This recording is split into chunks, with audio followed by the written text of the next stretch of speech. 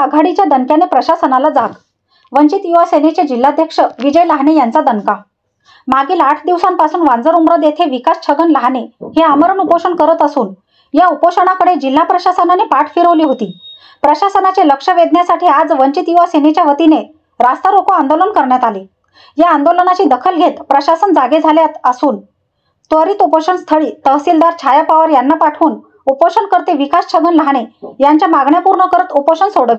मौजे वंजार उमरद येथे 5 ऑगस्ट 2024 रोजी विकास छगन लहाने हे आमरण उपोषणास बसले, परंतु आजपर्यंत प्रशासनाने म्हणावी तशी दखल घेतली नाही। ते बहुजन समाजाच्या योजना व त्यावर होणाऱ्या अन्यायासाठी उपोषण करीत आहे। सदरील उपोषणास 8 दिवस होऊन देखील कोणतीच कारवाई केली नाही। तालुका पोलीस स्टेशन येथे रस्ता रोको संदर्भात निवेदन देखील देण्यात आले होते। त्याचप्रमाणे वंचित बहुजन आघाडीचे युवा जिल्हाध्यक्ष विजय लहाने यांच्या नेतृत्वात आज 16 ऑगस्ट 2024 गुरुवार रोजी दुपारी 12 वाजेच्या दरम्यान जालना देऊळगाव राजा या मुख्य रस्त्यावर गोंदेगाव फाटा येथे सामूहिक रास्ता रोको आंदोलन करण्यात आले होते। यावेळी दोन्ही बाजूंनी वाहतुकीच्या लांबच लांब रांगा लागल्या होत्या। जिल्हा प्रशासनाने या आंदोलनाची दखल घेत तहसीलदार छाया पवार यांनी उपोषणकर्ते विकास छगन लहाने यांची भेट घेऊन त्यांचे निवेदन घेत त्यांच्या सर्व मागण्या मान्य केल्या। यानंतर उपोषणकर्ते विकास लहाने यांना लिंबू सरबत देऊन त्यांचे उपोषण सोडविण्यात आले। वंचित बहुजन आघाडीचे युवा जिल्हाध्यक्ष विजय लहाने यांच्या प्रयत्नांना यश आले असून त्यांचे सर्वत्र कौतुक होत आहे।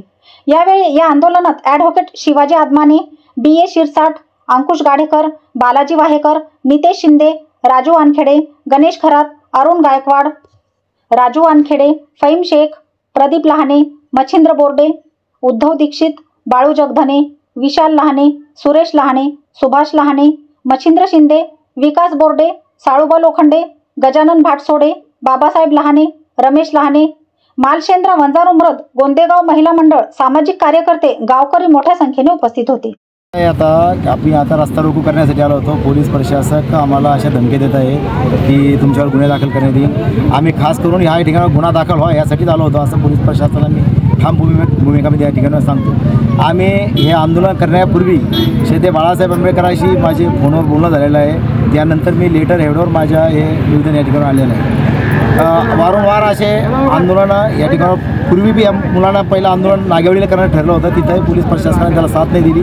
त्यामुळे हे युवकांना स्वतःच्या गावात म्हणजेच वंजार उमरदला हे आंदोलन या ठिकाणी केलेलं आहे। आज 13 ते 14 दिवस झाले।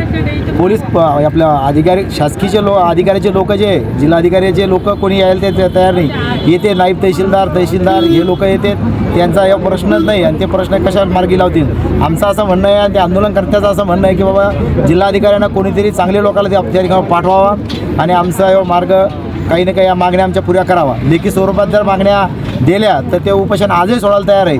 आता परत मॅडम येणार आहे, परवा दिवशी मॅडम येऊन गेल्या तहसीलदार मॅडम, आताही मॅडम येतात। तेच सांगते रे माझ्या बसच्या मागण्या नाही, माझ्या मर्यादेत नाही या जिल्हाधिकाऱ्याच्या लेवलचे। त्यासाठी जिल्हाधिकारी प्रशासनानं जिल्हाधिकाऱ्याचा त्या ठिकाणावर माणूस पाठवावा आणि त्यांना लेखी स्वरूपामध्ये आम्हाला त्या ठिकाणावर द्यावा। त्यानंतर आम्ही हे आंदोलन आमचं आता ते स्थगित करतो आहे।